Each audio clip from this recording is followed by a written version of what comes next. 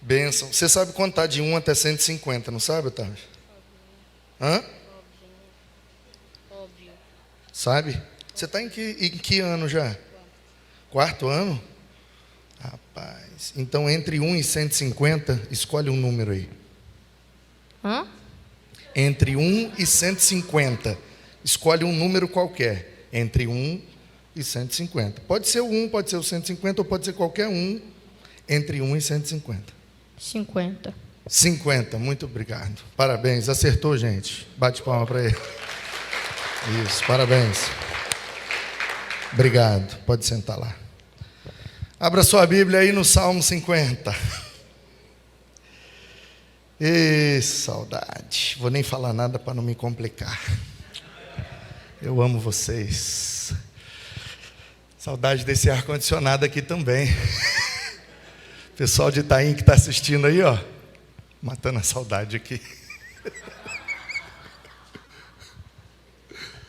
Salmo 50, na perspectiva da família. É mês da família, né, pastorzão? Família, eu vi aí o tema de vocês, top. Então nós vamos ler esse salmo, que tem 23 versículos, na perspectiva da família. E esse salmo é um salmo de adoração. É um salmo que foca na importância da gente adorar a Deus em todo tempo, em todas as circunstâncias, e principalmente na presença do Senhor. Então esse salmo diz, ó: fala o poderoso, o Senhor Deus, e chama a terra desde o Oriente até o Ocidente. Tá projetando ali? Isso, eu estou lendo na NAA mesmo, muito bem. Então, no primeiro verso, a gente já vê aqui uma convicção do salmista que nós precisamos ter, primeiro em nós individualmente e depois na nossa família, que é: Deus fala com a gente. Deus fala com você, sim ou não? Deus já falou com você, mas falar mesmo assim, de você entender perfeitamente. Vocês sabem que eu sou burro, né? E eu vou te falar, eu tenho muita dificuldade de entender o que Deus fala. E aí eu fico pedindo prova e confirmação, e mais confirmação, porque realmente eu fico assim, será que eu estou entendendo certo? Porque eu tenho muita dificuldade de entender as coisas.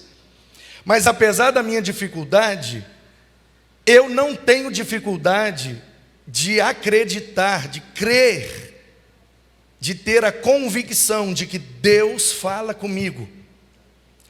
E essa convicção me dá essa segurança, que toda vez que eu precisar, Ele vai estar disposto a falar comigo. Às vezes eu não estou conseguindo ouvir. Às vezes, como a gente viajando, há um tempo atrás eu indo pregar num lugar, desci no aeroporto, aluguei um carro e fui. E eu gosto de, no carro, sempre ouvindo música, sempre. Eu entro no carro, já ligo a música. Se eu estou no carro sem música, parece que está faltando um negócio. Como era um carro alugado, eu não consegui conectar o Bluetooth. Eu sou burro, você sabe. E eu tentando, se a Ana Paula tivesse, ela conectava para mim. E aí eu falei, bom, não tem jeito, eu não posso ficar sem música. Aí eu fui procurando uma rádio. E fui procurando, aí entrou numa rádio lá, um sertanejo. E daqui a pouco saiu e eu fui procurando outra. E aquilo ali me gerou uma reflexão muito interessante, que eu falei, todas as rádios estavam enviando os sinais perfeitamente.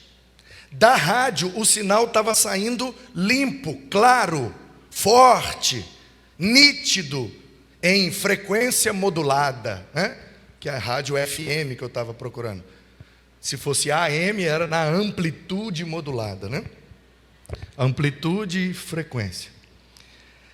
Então, eu fiquei pensando assim, o rádio procurando e eu refletindo. Do trono de Deus sempre sai uma mensagem para nós, clara, forte, límpida, fácil de entender, mas às vezes é o nosso receptor que não está com a potência necessária para captar aquele sinal. O defeito estava na rádio? Não, o defeito estava no carro, que não tinha um receptor tão potente para captar a rádio. Aí depois eu pensei assim, não, mas o defeito não é do carro.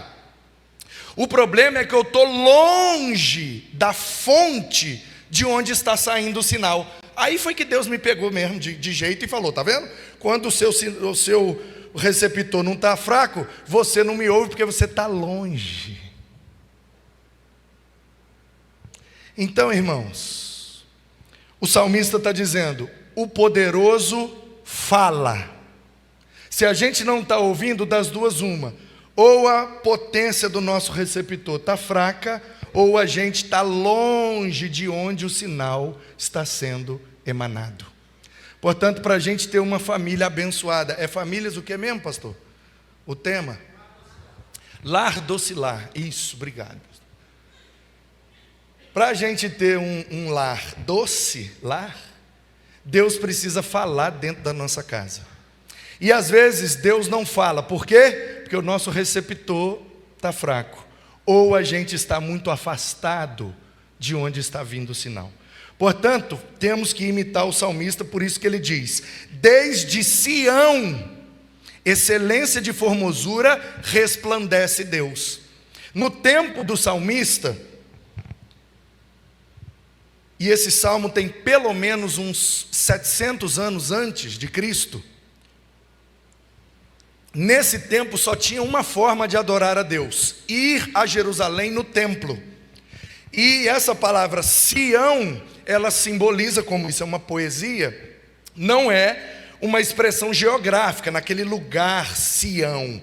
Tudo bem, aquela região montanhosa chamada Sião, Jerusalém ficava ali. Mas, como a gente tem as montanhas capixabas, e nas montanhas capixabas tem a cidade de Domingos Martins. Então, da mesma forma, lá em Sião, que era uma região montanhosa, tinha a cidade de Jerusalém. Então, ao invés do salmista dizer Domingos Martins, ele dizia nas montanhas capixabas. Não está errado. Se eu falar, passei o final de semana lá nas montanhas, num friozinho delicioso. Está certo.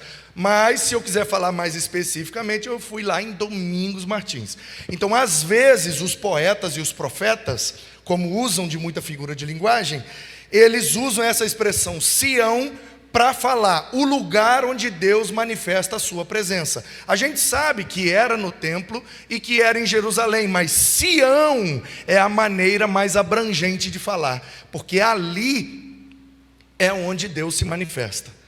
Portanto, para a gente ter um lar, doce lar, em primeiro lugar, nós precisamos buscar ouvir a voz de Deus.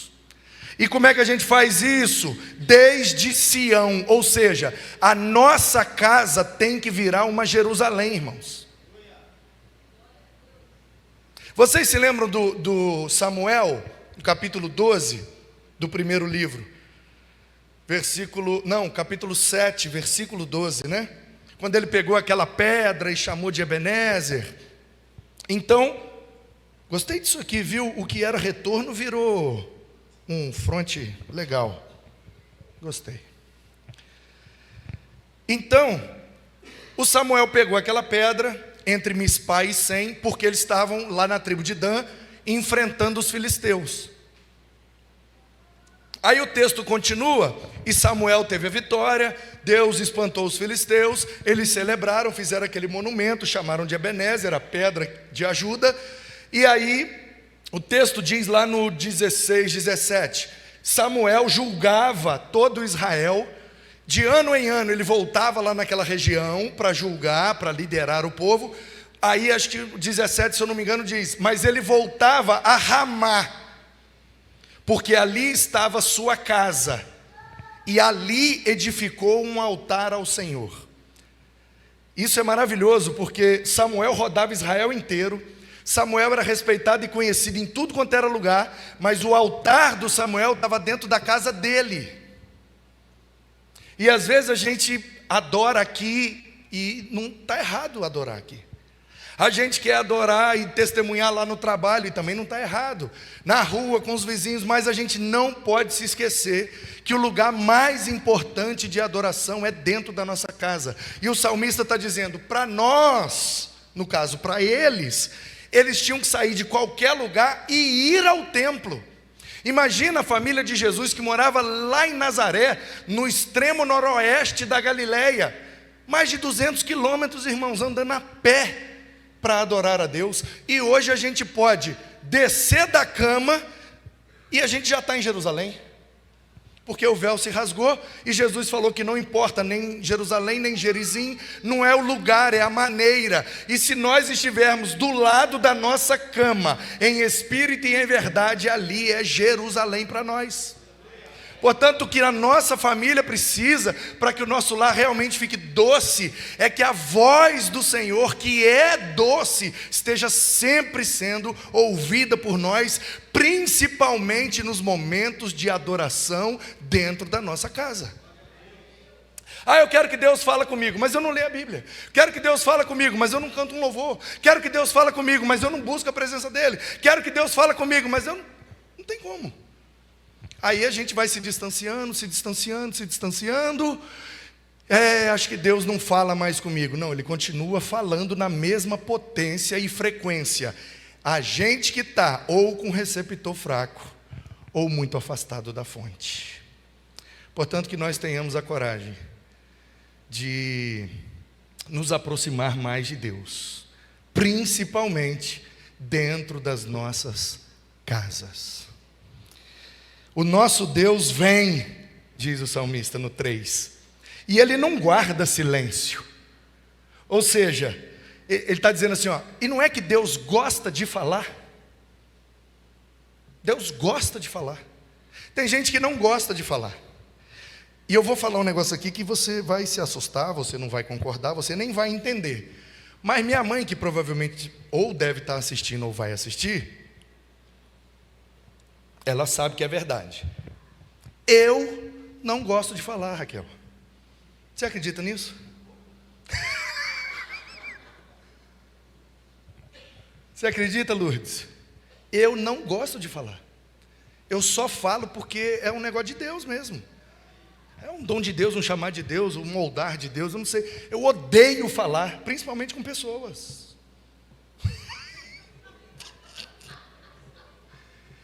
Eu, carnal, eu sou completamente antissocial. O mínimo que eu puder falar é melhor. Me deixa quieto, me deixa quieto, me deixa quieto. E aí a Bíblia está dizendo, tem muita gente que não gosta de falar, tem muita gente que tem vergonha de falar, tem muita gente que tem até medo de falar.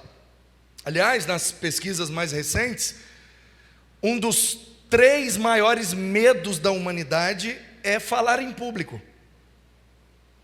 É morte, sempre, quase sempre em primeiro lugar, é morte. E aí a cobra, avião, tudo isso é porque medo de morrer. Não é que é medo do avião, é medo de morrer na queda do avião. Então, o medo da morte geralmente figura ou em primeiro ou em segundo lugar. O medo de alguma fobia mesmo, de lugar fechado, de não sei o quê.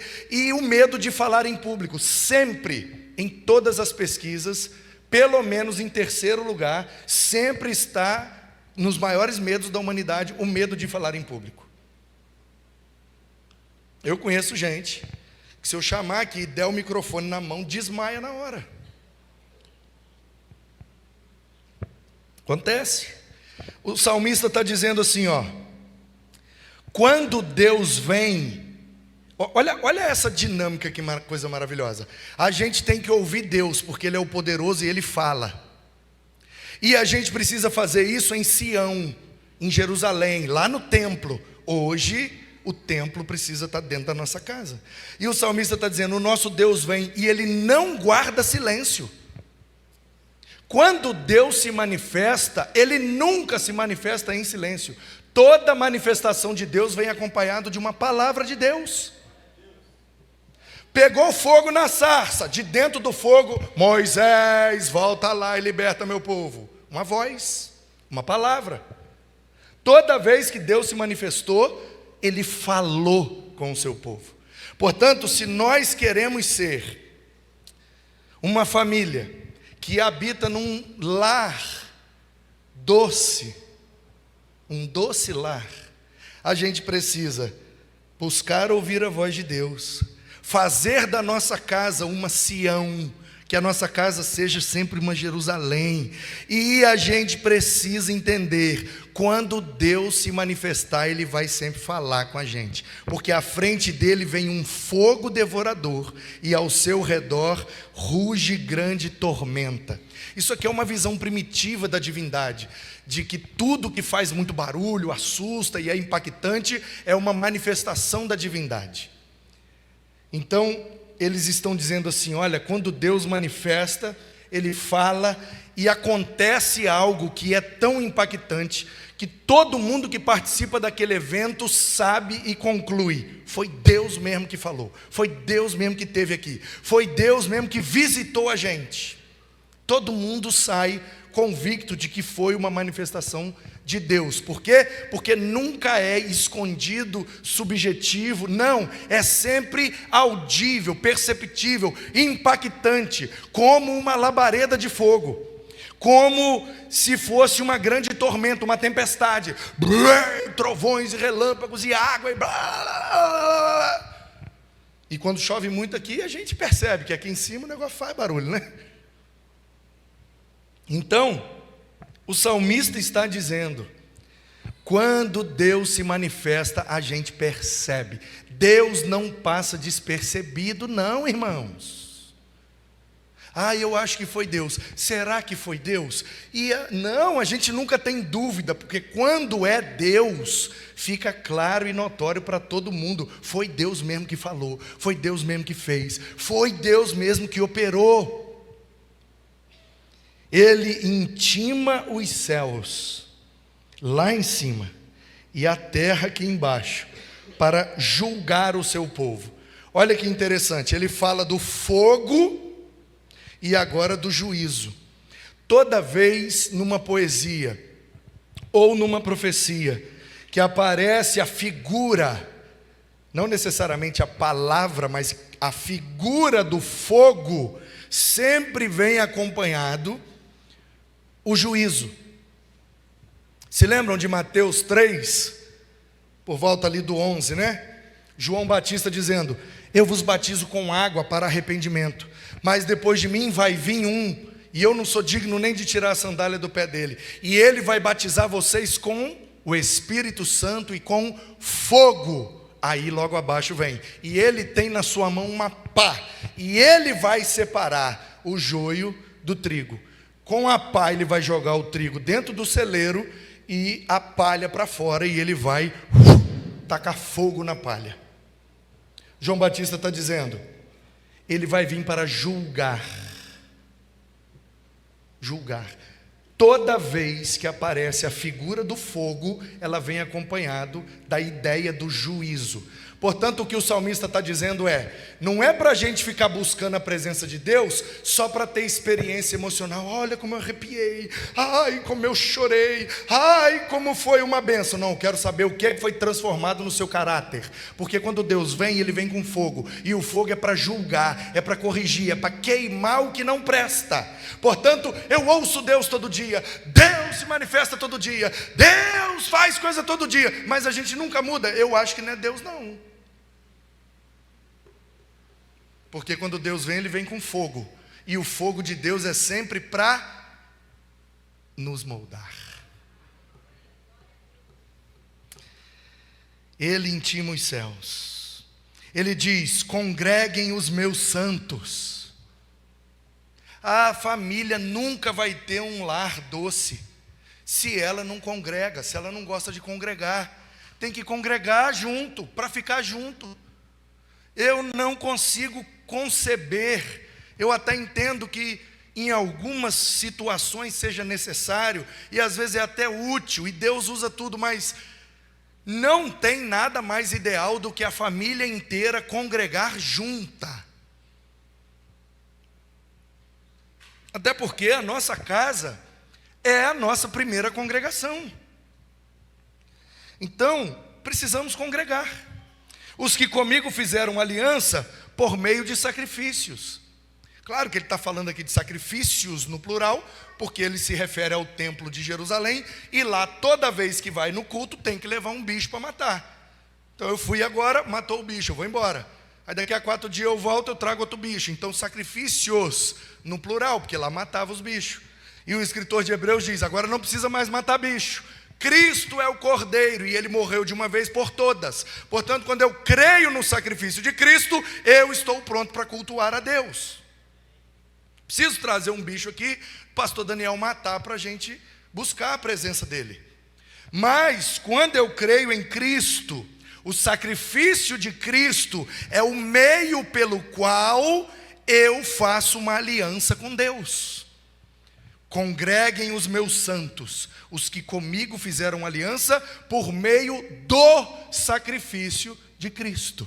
O salmista não ia escrever isso porque ele estava 700 anos antes de Cristo. Como nós estamos 2024 anos depois de Cristo, então a gente pode dar uma ajeitada no verso e dizer que Deus está dizendo para as famílias: congreguem, porque vocês têm uma aliança comigo. E essa aliança foi feita no sacrifício do meu filho. E o sangue do meu filho custou caro para você tratar como barata a congregação que eu preparei para vocês. Assim como o sangue de Cristo é precioso, tão preciosa é a comunhão dos que têm aliança por meio do sangue de Cristo. Toda vez que eu menosprezo o ato de congregar, toda vez que eu menosprezo a congregação, eu estou menosprezando o sangue de Cristo. Porque o que nos une aqui é o sangue de Cristo, né, irmãos? Nós temos o mesmo DNA espiritual. Somos a família de Deus. E o que é que nos botou nessa família? O sangue de Jesus, porque geneticamente nós não temos o mesmo sangue. O único sangue que nos une é o sangue de Cristo. Então, nós precisamos ouvir Deus, Ele está sempre falando. Precisamos fazer da nossa casa uma Jerusalém. Precisamos ouvir Deus, porque Ele nunca fica em silêncio. E quando Ele se manifestar, permitir que o fogo dEle consuma em nós aquilo que não presta. Que Ele molde o nosso caráter. Que congreguemos. Como disse o escritor de Hebreus, 10:25. Não deixem de congregar, gente. Não deixem de congregar. Como é costume de alguns. Ainda bem que não são muitos. Mas sempre tem alguns que preferem não congregar. Isso não é saudável. Os céus anunciam a sua justiça, porque é o próprio Deus que julga. Ah, ninguém pode me julgar, só Deus. E isso te dá tranquilidade? Porque eu prefiro ser julgado pelo Leandro, que não conhece meu coração, que ouviu algumas palavras ruins que eu falei e viu algumas atitudes ruins que eu tive. Ele só viu e ouviu, mas ele não viu nada aqui dentro. Eu prefiro ser julgado pelo Leandro do que julgado por Deus, que viu e ouviu tudo, inclusive o que eu pensei. Eu fico vendo as pessoas, só Deus pode me julgar, só Deus pode me julgar. E isso não te dá medo? Sou muito mais ser julgado lá no fórum, pelo juiz humano, do que pelo juiz divino, que tudo sabe, tudo vê, e vai me julgar com toda retidão. É muito pior ser julgado por Deus do que pelas pessoas. Ai daquele que cair nas mãos do Deus vivo, diz a Bíblia. E o salmista está dizendo, gente, vamos prestar atenção na nossa família, o jeito que nós estamos vivendo. Por quê? Porque o nosso juiz é Deus. Ai, as pessoas vão me julgar, mas ninguém pode me julgar, só Deus pode me julgar. Não, você pode ter certeza, Ele está julgando, Ele vai julgar, Ele é o juiz. Isso precisa gerar em nós um temor. Só Deus pode me julgar, como se Deus fosse uma bisavó boa zona, que, meu filho, tudo bem, né? Acontece. O justo juiz Como assim? Nós precisamos, dentro de casa, para o nosso lar ficar doce, a gente precisa se lembrar diariamente que Deus é nosso juiz. E Ele julga cada um de nós e nos julga como família, se estamos vivendo do jeito que Ele quer. Só Ele pode julgar. E tenha certeza, Ele julga. Escute, meu povo, e eu falarei: ó Israel, eu testemunharei contra você. Eu sou Deus. Verso 7, o seu Deus. Olha que interessante, o salmista diz: só Deus pode me julgar. Aí Deus fala: e eu vou te condenar, viu, porque eu estou vendo o seu coração, e o negócio aí está feio, hein? Eu testemunharei. Deus vai testemunhar a meu favor, né, salmista? Lógico que Deus vai me proteger. Não, Israel, testemunharei contra você, porque eu estou vendo os erros que vocês estão cometendo. Não é porque vocês são crentes que vocês não cometem erro. Então, em nome de Jesus, pelo amor de Deus, vamos viver de um jeito que agrade o nosso Deus, porque se a gente agradar a Deus, certamente o nosso lar fica mais doce. Não repreendo pelos seus sacrifícios, nem pelos holocaustos que você continuamente me oferece. Eu sei que toda vez que você faz besteira, você pede perdão, e você fala para mim que não vai fazer nunca mais, e você pede minha ajuda para transformar esse seu defeito, e você se arrepende. Eu sei, mas não é isso que importa. Que eu não aceitarei novilhos da sua casa, nem bodes dos seus apriscos. Não adianta você vir com a melhor oração, com a melhor retórica do mundo, e magnânimo, excelentíssimo, Senhor Deus, Criador dos céus e da terra, Senhor, perdoai as minhas ofensas. Aí Deus está olhando e falando: pode parar com essa bobiça. Negócio de novilha, bode, não adianta você achar que você está, porque você me cultuou muito bonito, eu vou olhar para você e falar: então você está bem. Não, ninguém me engana com culto bonito, não. Não adianta nada você pegar lá na sua fazenda, porque o salmista está escrevendo de acordo com o tempo dele. E no tempo dele tinha umas famílias que chegavam no templo com as vaconas gordas.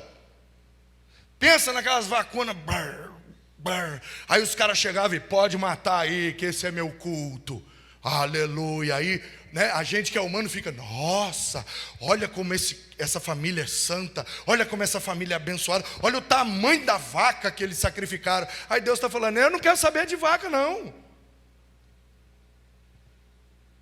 E pegou uma novilha. Por que dar uma novilha era, aos olhos humanos, mais importante que dar uma vaca velha? Porque a novilha ainda vai crescer, ela vai dar muito leite. Então você está dando uma vaca velha, você está dando pouco, porque ela tem pouco tempo de vida, pouca produção de leite. Você está dando uma novilha, você está dando 10, 15 anos de produção de leite. Então dar uma novilha era ainda mais: nossa, o cara está vindo com a bezerrinha novinha, olha o prejuízo que esse cara vai tomar, olha a quantidade de leite que ele vai perder para poder adorar a Deus. Não, essa família aí é a família mais perfeita de Jerusalém. E Deus está olhando e falando: não adianta novilha, não. Eu quero é o coração de vocês. De que adianta vir aqui dar novilha e chegar em casa e o pau quebrar? Não adianta nada. Então, nós não vamos impressionar o nosso Deus com os cultos que nós fazemos aqui. Nós vamos impressionar a Deus com os cultos que nós fazemos em casa. Porque em casa não dá para mentir, em casa não dá para esconder. Em casa todo mundo sabe como é que a gente é mesmo. E olha que nem sabe tudo. E Deus sabe tudo. Conheço todas as aves dos montes, são meus todos os animais que vivem no campo. Se eu tivesse fome, não teria necessidade de dizer para vocês, pois meu é o mundo e a sua plenitude. Deus está dizendo: vocês acham mesmo que eu preciso de bezerro? Eu que criei esses bezerros tudo aí. Vocês acham mesmo que eu quero comer churrasco? Eu quero é ver como que vocês me adoram dentro da casa de vocês, na intimidade de vocês, quando ninguém está vendo. Esse é o culto que me interessa. Quando todo mundo está vendo, não adianta. Aí você traz a novilha e todo mundo: aleluia. Não. Não adianta cantar bonito, orar bonito, pregar bonito. Não. Deus não se impressiona com o culto que a gente faz em público. O que impressiona Deus é o que a gente faz no secreto.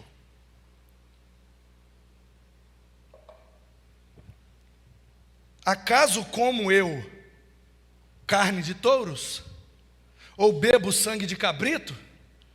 Ofereça a Deus sacrifícios de ações de graças e cumpra os seus votos para com o Altíssimo. Sabe qual é o sacrifício que eu quero receber de vocês? Não é boi nem bode morto lá no altar pegando fogo.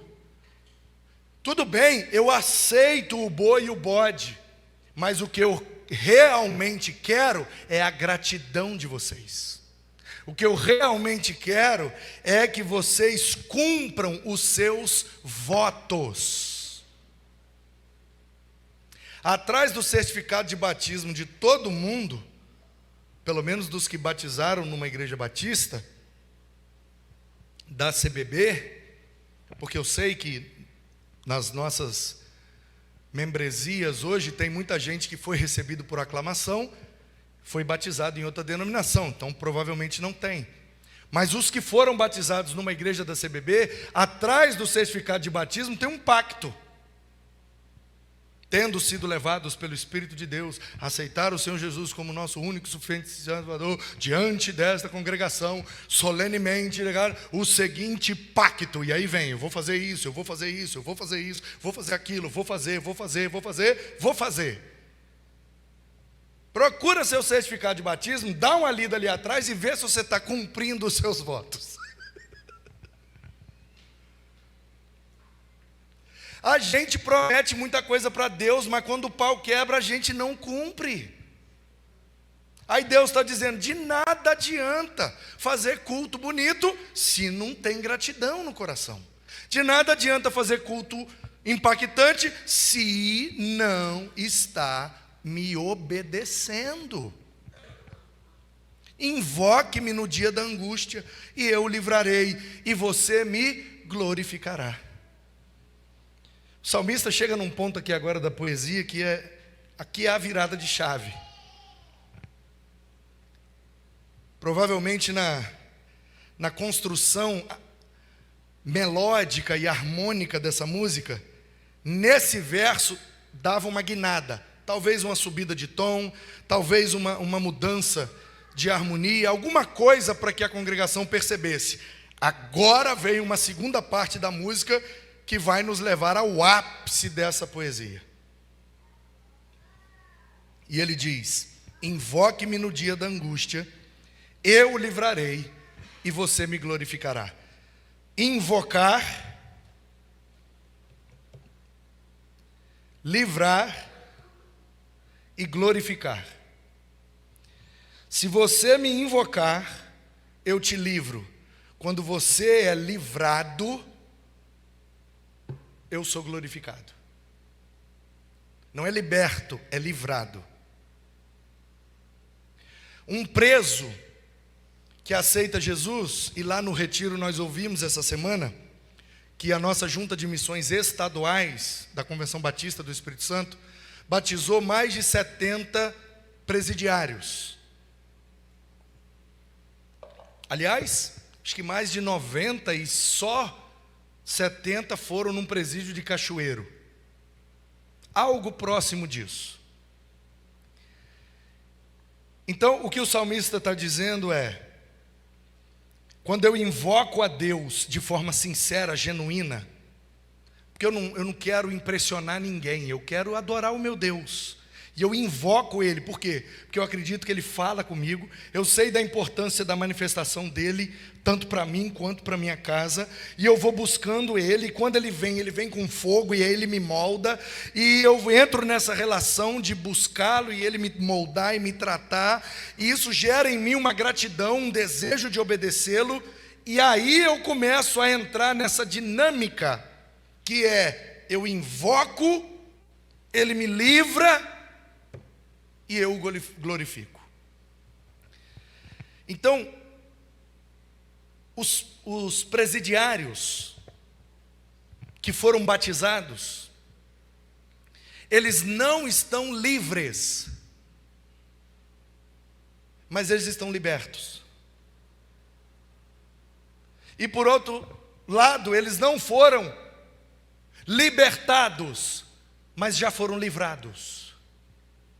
Não sei se você está entendendo o que eu estou dizendo. O que eu estou dizendo é, eles vão continuar presos, porque eles batizar só apaga o que é espiritual. O que é civil, criminal, não apaga, continua lá na ficha dele. Ele precisa cumprir até o final do prazo estabelecido pela justiça. Portanto, ele continua preso no corpo, mas no seu espírito ele já está livre. E ele morrendo naquela cadeia, caso aconteça, ele entra livre, liberto, livrado na glória eterna. Então existe a possibilidade de alguém estar preso e ao mesmo tempo livrado da condenação do pecado. Não está livre, mas está livrado. Ainda não foi liberto pela justiça, mas já está livrado da condenação do pecado. E ele tem a garantia de que se ele morrer, ele está na eternidade.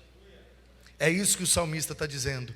A gente, quando vive nessa dinâmica de adoração genuína, o nosso lar fica doce. Por quê? Porque gera dentro da nossa casa essa convicção. Não importa o que nos aconteça, o pior é morrer. E se morrer eu estou com ele, então está tudo resolvido.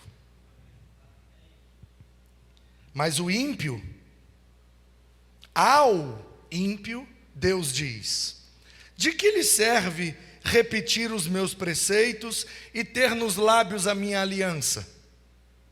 Você sabe que tinha gente em Israel, tem até hoje, que sabe toda a Torá de cor. Aliás, para ser um fariseu e membro do Sinédrio, como foi Paulo, por exemplo, era obrigatório saber toda a Torá de cor. E aos sábados, eles têm os momentos de paraxá, os momentos de leitura, de estudo, de aprendizado e tal. Os judeus, então, o rabino abre o livro da lei e começa a ler. E de repente ele para de ler e alguém continua falando lá. O Senhor é meu pastor, nada me faltará. Ele me faz deitar em verdes pastos, guia-me mansamente pelas águas tranquilas. Ele me tira por amor do seu nome, ainda que eu ande pelo vale das... Entendeu? Todo mundo vai completando de cor. Um fala um versículo, outro. E eles vão embora, e vai falando, e vai falando, e vai falando, e vai falando, e vai falando. Todo mundo sabe de cor. Aí Deus está olhando isso e falando: para com essa pantomima.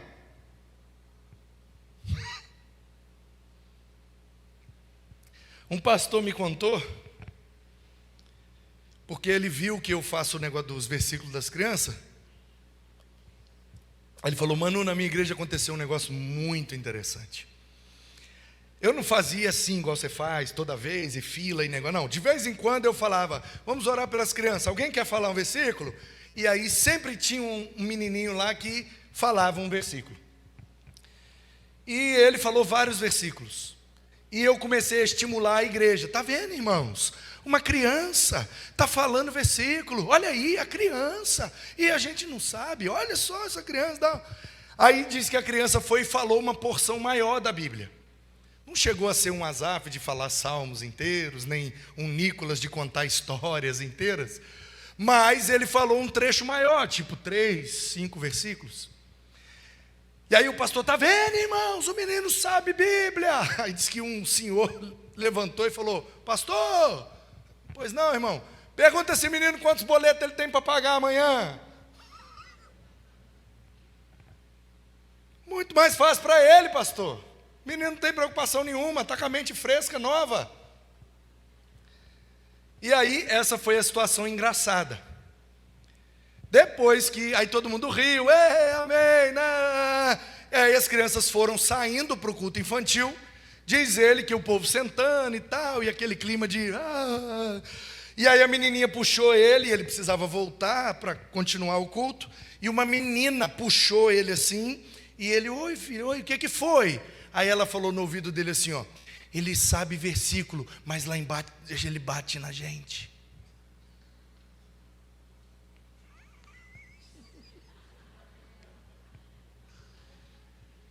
Ele sabe versículo, mas lá embaixo ele bate na gente. É isso que Deus está dizendo aqui, ó. De que adianta vocês saber tudo de cor, se você odeia a disciplina e rejeita as minhas palavras? Não adianta você saber, você tem que fazer. Não adianta decorar, tem que obedecer. Se vê um ladrão, você se torna amigo dele. Aos adúlteros você se associa. Você abre a boca para o mal e fica fazendo fofoca, tramando enganos. Nossa, o pastor Manu veio para bater na gente. É culpa do menino que escolheu o Salmo 50, eu não sei de nada.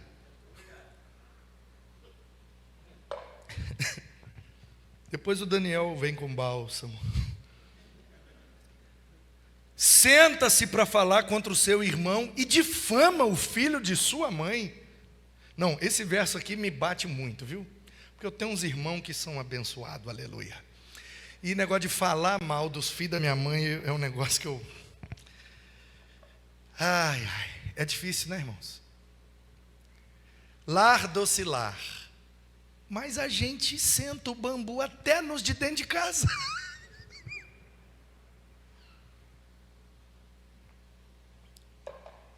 Você tem feito essas coisas e eu me calei. Você pensava que eu era igual a você, mas agora eu o repreenderei e porei tudo à sua vista. Deus está dizendo, você estava achando que eu não estava vendo nada, né? Uhul, mês da família, ei, vamos comer, vamos nos unir. Não contava com a minha astúcia. Eu trouxe o doidão de novo. Considerem, pois, nisto vocês que se esquecem de Deus, para que eu não os despedace, sem haver quem os livre. Vocês só estão vivos por causa da minha graça, porque se eu fosse levar em consideração o coração de vocês, eu já tinha matado todo mundo. Sim ou não? Aquele que me oferece sacrifício de ações de graças, esse me glorificará. E ao que prepara o seu caminho, farei com que veja a salvação de Deus. Assim como eu disse que toda vez que aparece fogo, vem junto a ideia do juízo, toda vez que aparece caminho, vem junto a ideia de estilo de vida. Porque isso é uma poesia. Se fosse uma narrativa, né, Jares? Caminho era a estrada por onde eles estavam indo para o lugar para onde eles estavam indo. Caminho. Mas numa poesia ou numa profecia, caminho é o jeito que se vive. Então, Deus está dizendo, vocês querem ter um lar, doce lar, eu preciso ver na casa de vocês, primeiro, gratidão. Segundo, o estilo de vida de vocês tem que me agradar. Vocês têm que me agradecer e vocês têm que me obedecer. É fácil? De entender, sim, né? Agora, e de viver? Meu Deus, tenha misericórdia de nós. Que salmo lindo, hein? Que cajadada, esse menino é bom mesmo, hein? Batatinha. Olha que versículo bom, vou pregar isso aqui muito ainda. Nosso Deus. Aquele que me oferece sacrifício de ações de graças, esse me glorificará. E ao que prepara o seu caminho, farei com que veja a salvação. Vocês têm que me agradecer e me obedecer. Quer que o seu lar fique doce? Agradeça. Quer ter um doce lar? Obedeça. Agradeça e obedeça. Agradeça e obedeça. Agradeça e obedeça. Agradeça e obedeça. Agradeça e obedeça. E nossa casa fica doce. Vamos orar? Eu quero orar por você, que eu estava com saudade de fazer isso. Então, como eu nunca tive o costume de fazer muito isso, os meninos vão vir aqui, né, Junetes? Junetes está comandando a gente hoje aí com a viola. E eu quero orar junto com você. E eu queria te desafiar. Queria que você viesse aqui à frente. E a gente tivesse aqui para poder render uns stories bonitos para a Gislândia. Que a gente tivesse aqui um momento de oração. Talvez você está aqui sem a sua família, sem a família de sangue. Mas você tem gente aqui dentro que é como família para você. Que você tem mais proximidade, que você tem mais intimidade, que você se sente realmente irmão. Então eu queria que a gente fizesse aqui uma oração em família. Se você tiver com seus familiares de sangue, pega na mão deles e vamos orar. Se não tiver, pega na mão de alguém que você considera como se fosse de sangue. E eu quero orar por essas duas coisas, que é o resumo do sermão. Eu quero orar para que dentro das nossas casas tenha muita gratidão. Mas eu também quero orar para que dentro das nossas casas tenha muita obediência. Eu quero orar, porque eu creio que de hoje em diante você pode viver na dinâmica de agradecer e obedecer. Aliás, você podia até postar isso. O que Deus quer de mim hoje são apenas duas coisas: agradecer e obedecer. Se você sente, como o salmista diz, o poderoso fala, e ele fala com fogo para moldar a gente, para mudar a gente, para queimar o que não presta.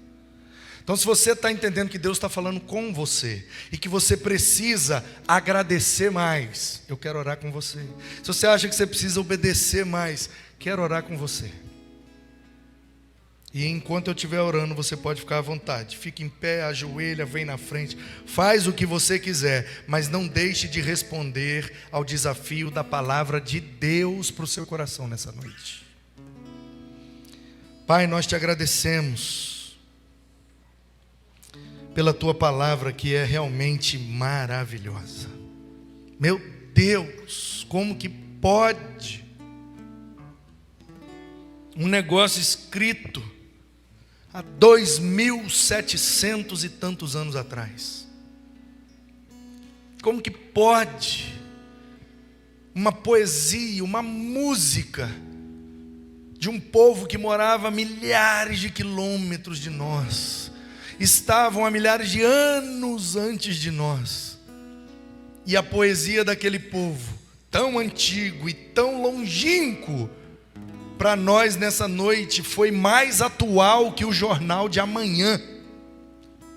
Como que a tua palavra tem o poder de ser atual, relevante, contemporânea? Como que a tua palavra é poderosa para nos confrontar hoje?